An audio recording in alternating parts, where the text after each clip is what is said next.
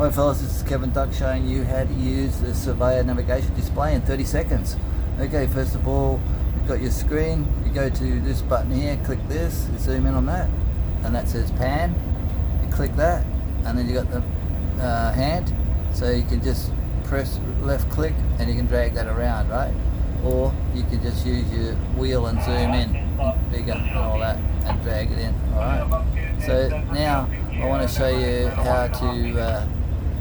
how we can get our range and bearing. So this is the bell here, right? So I go to this icon here, which is the range and bearing, and this will click here. This will come up here. This is what you want: distance and your bearing. So I'll go from the bell, and I'll left click on here, and I'll take one, got the dive to the leg. So then I go here, and you see it's 24.86 meters distance, and it gives the diver 230 degrees on his compass, and he should be able to get to the job.